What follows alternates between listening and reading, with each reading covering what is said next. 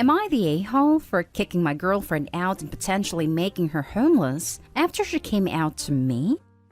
So I, male 25, have been dating this girl, female 23, for a year and a half. She lost her job due to COVID and didn't have any other place to go, so I asked her to move in with me even though my place is quite small. We've been growing a bit distant during the pandemic because I work long hours as the sole earner and she doesn't get to spend time with me. But my girlfriend has been spending this time with one of her friends, female 26, who happens to be bi. One day I was working an overnight shift and came back to my girlfriend waiting for me looking as if she'd been crying. I asked her what happened, and she told me that she slept with her friend last night while I was at work after having a few too many glasses of wine. She then told me that she's had feelings for girls since high school, but had always repressed them considering them to be abnormal. She then proceeded to tell me that she was now ready to come out of the closet. I had been listening patiently while she finished, despite being freaking furious on the inside. I told her that her coming out was great for her and I wished nothing but the best for her in the future, but she had to get out within the week. She then broke down crying again, saying that she didn't have any place to go and no money to pay rent. So I told her that wasn't my problem, and she needed to start looking. She cried saying she thought I was her friend. Now I got mad and told her, "No, I was your boyfriend before you cheated on me. Now get the hell out and go stay with the friend she cheated on me with." She broke down again and went to the bathroom. I'll be removing her stuff after a week if she isn't out. I can do that. She's not a tenant. Not in the US. Spare me the lawsuit comments. Edit. She called me a bigot from the bathroom, which is why I made this post. And reading the comments made me realize how mad I really am. So she's gonna be out today. Now for the top comments. She cheated and somehow doesn't seem to recognize what that means for you. Because for her, it's so overshadowed by her realizing her own identity. No, you don't have to continue giving her a place to live. She should apologize for cheating too. Not today, Hall. She did apologize for cheating while coming out, but that means jack to me. I don't understand how people come out or want to transition, and their partner knows out because they didn't sign up for that, and then the person gets angry and mad at them for noping and says all kinds of nasty stuff about them or calling them names. No one has to do that if the relationship is no longer what either one wants or is comfortable with. Not today, Hall. I never understand why people expect sympathy for coming out after they cheat on their partner. Should have figured those feelings out before she wasted your time.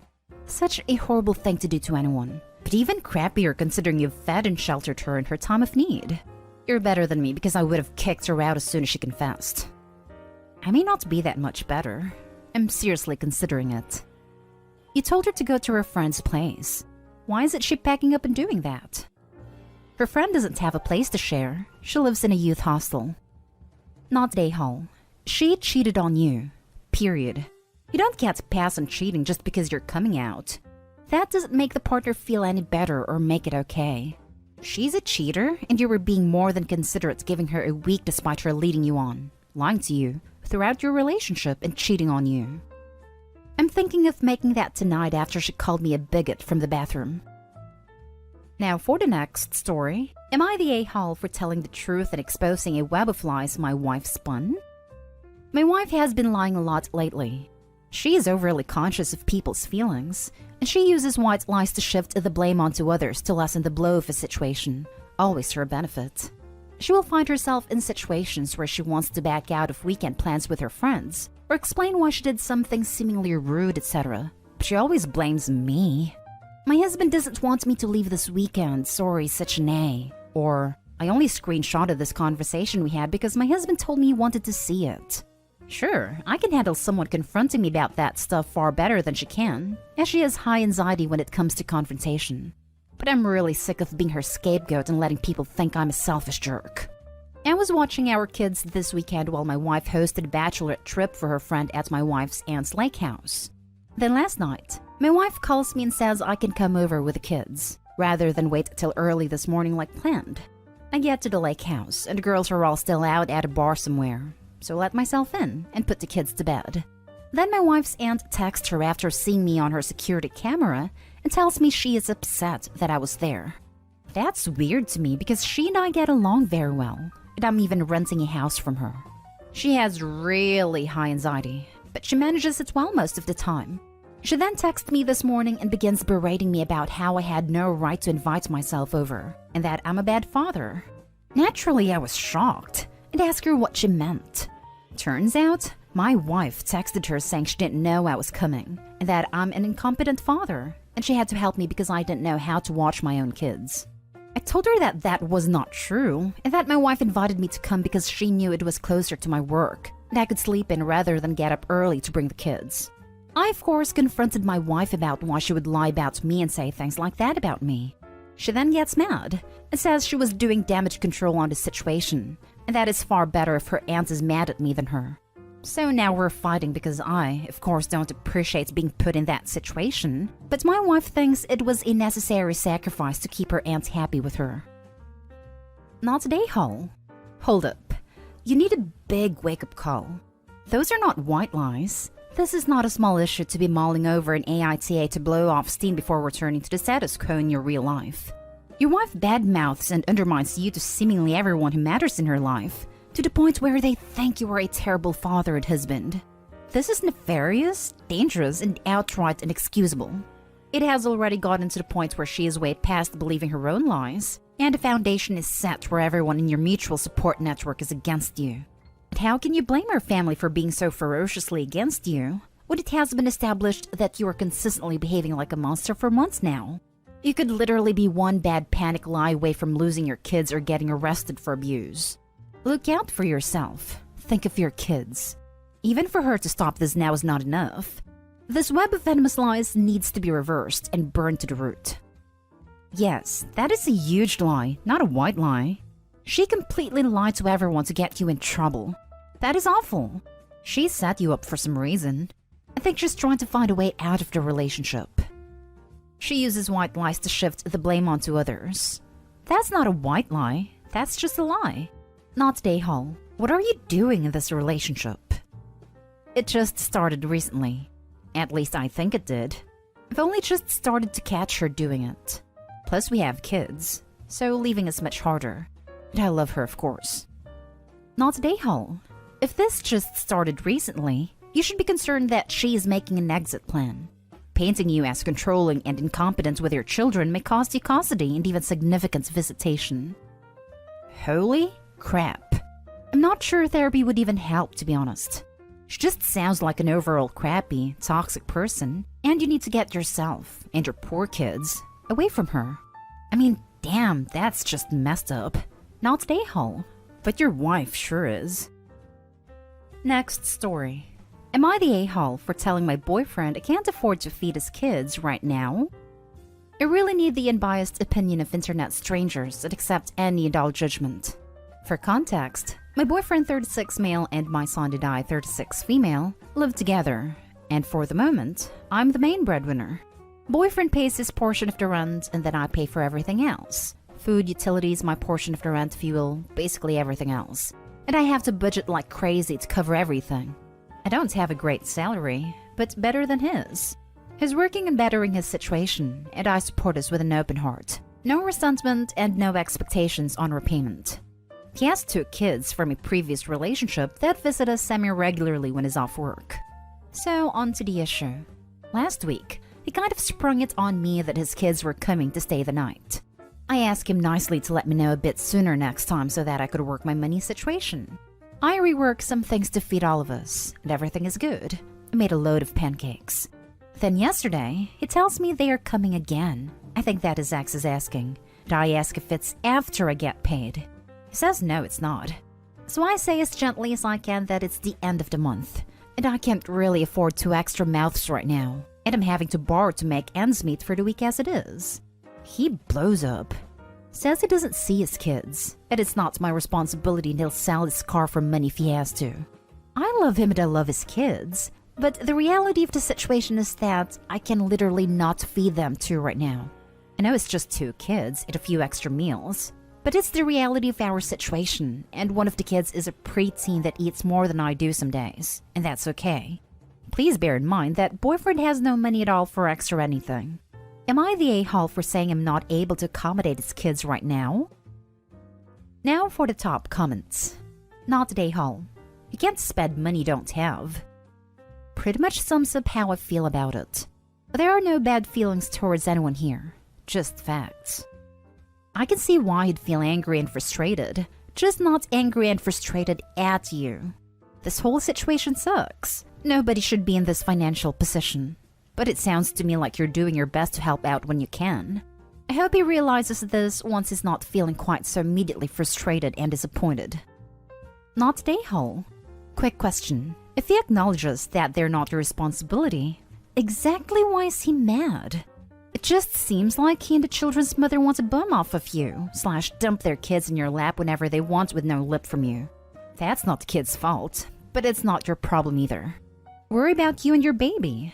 Budget for you and your baby. He's a grown man. What exactly does he budget for?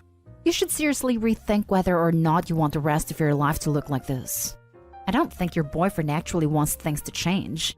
He seems just fine springing stuff on you, like you don't have enough to deal with by yourself. By the way, does he ever help you with your kid, or is he just piling things onto you with no help whatsoever, even when he doesn't have his kids? Pretty much everything is just up to me to figure out. He would be willing to help me with my kid, but my kid is mine and his dad's responsibility and I don't ask unless I have no other options. He has just finished his studies and is job hunting for the new field at the moment. He used to pay child support before he got the crappy job he has now. His car is also not working, so I take him to work and stuff. Why are you supporting him more than he's supporting you? He is dragging you down, and it sounds like he's making your life miserable. Can you get a new apartment without him? Last story is titled, Am I the a-hole for giving my wife tough love about her weight gain? My wife has gained 100 pounds since we met. At the beginning of our relationship, we bonded over fitness, went to the gym together several times a week, and she was in great shape. She's 5'3" and went from 115 pounds to 215 plus. Most of her weight gain happening in the last 2 years since her father and sister both passed away. And she has been dealing with her grief and depression from that. I understand what she's been going through, but the toll it's taking on her is hard to watch. Her weight gain reached a breaking point for me a few months ago, and I just couldn't bite my tongue anymore. It was like the elephant in the room topic that we never talked about before, even though it was obvious she's been gaining weight. But I finally had to say something. It's much more than just about her appearance, but her health. We used to work out together, go hiking, swimming, etc., and no longer do any of that. So it's affecting our marriage in more ways than one. When I brought it up, I said I was concerned for her and felt I needed to say something. She broke down crying, saying she hasn't felt or looked like herself in years, and blamed it mainly on her grief from her dad and sister passing away. I told her I understand that, but she needs to prioritize both her physical and mental health and learn a better way to cope.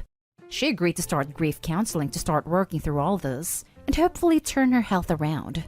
I felt like we had a good conversation, and it seemed like we were on the same page. But days later, she had vented to either her mom or best friend about what we talked about, and she approached me about it again, and said after talking about it with them, she realizes how unfair and harsh I was being and that she feels disrespected. I don't think I was being harsh at all, but approached her with love and support. I know weight is a sensitive issue, but how long was I supposed to ignore it for? It's been 4 days and she hasn't spoken to me since then because she said I need to apologize, but I don't think I need to. Am I the a-hole? You're the a-hole. Her weight gain reached a breaking point? Her intense grief and depression didn't concern you, but you reached a breaking point over her weight gain. How long were you supposed to ignore it? Forever, because you should have been more concerned about her depression, not her weight. Edit. Other reasons came to light through this. Your wife had a baby 6 months ago and is struggling with PPD on top of her other grief and depression about her family. You are home barely 5 days a week, and those are overnights, meaning your wife has the sole responsibility for your baby who since is 6 months old, most likely up a couple times a night. So your maybe 3 hours of active time being home, your wife must probably choose between a laundry list of things to do while she has your home, such as getting some sleep, spending time as a family, taking some time for her, and the like. You again said your breaking point was a couple months ago, so when she was, 4 months postpartum? Her weight should literally be so far off your mind right now it should be in outer space. OP, you should probably edit your post to add in all of the information about your wife without the vague, she's drastically gained weight. She went through 2 major traumas and a pregnancy, and now only has her husband home 3 hours a day, but somehow still has time to work out several times a week. Yes, you are doing it for the good of your family, but that takes nothing away from the fact that she's parenting alone, while dealing with a severe grief, stress, and depression. And in all of that, you broached the subject by talking about her weight? You may not mean to be an a-hole. You might be a genuinely concerned husband who just don't understand, but my God, you're the a-hole. Not to mention that for the last year and a half, there had been a global pandemic. I can't begin to imagine the many added layers of stress the isolation and lack of normal support network not available during this time must have added to coping with her grief, pregnancy, and birth of her first child. You're the a-hole. You're the a-hole. Edited to add that Opie didn't bother to mention she's also postpartum with a 6-month-old baby and is only home 3 hours a day. Your wife has suffered 2 huge losses, is obviously grieving and suffering depression, and thusly you think reducing her self-esteem is a great idea. You may want to seriously ask yourself whether you're doing anything verbally or emotionally to contribute to her depression and binging. Overeating can be an emotional reaction for many who turn to food to fulfill something that is missing or to cope with harsh criticism. You seem to think grief has a time limit as well. You claim to care about her health and mental status, but you've clearly caused her pain. You're more concerned with being right than her obvious distress. You went into the conversation not referencing concern for her depression or grief, but her weight. Sounds like you wouldn't care about either if she pursued grief counseling should she still weigh 115 pounds. It took 2 years to care, and only because her weight bothered you? So yes, you're the a-hole. More, I'd like to tell her to drop the real dead weight. You.